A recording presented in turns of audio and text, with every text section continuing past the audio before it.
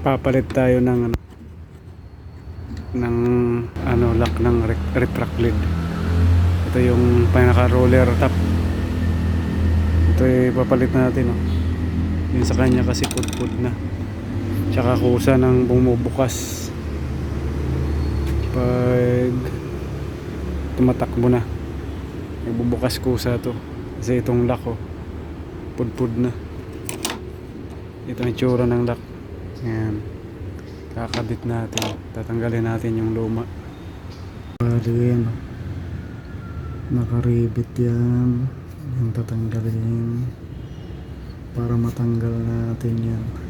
Ayan, nakatornilyo papuntang dito sa lock, papunta yan dito sa susiyan. Umpisahan na natin to.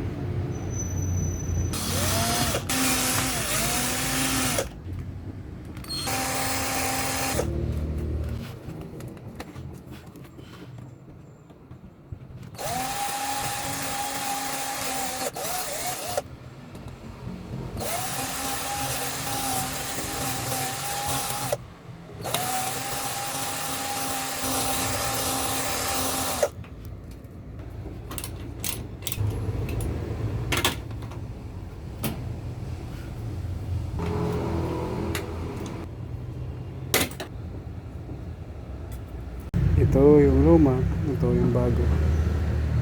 Kakabit na natin.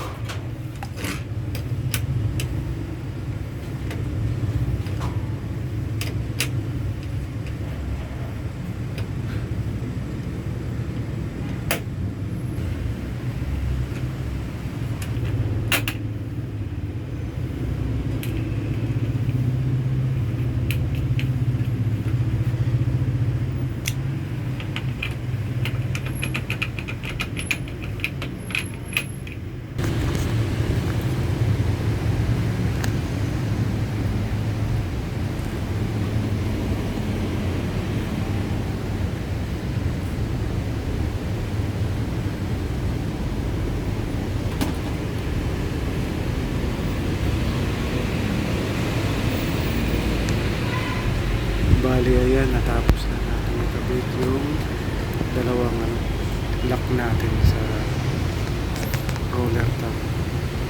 Yung bawat rivet pala dyan na itinutusok natin, sinasawsaw muna natin sa sealant yan para sigurado na yung tubig ulan hindi tutuloy dyan sa mga rivet na yan. Na nagbubukas. Maraming nangyayari na ganun. Naglalak na. Dyan tumutulay yung tubig kaya nagkakaroon ng tubig sa loob ng natin pick up. Kaya yan lang yung tips ko dyan.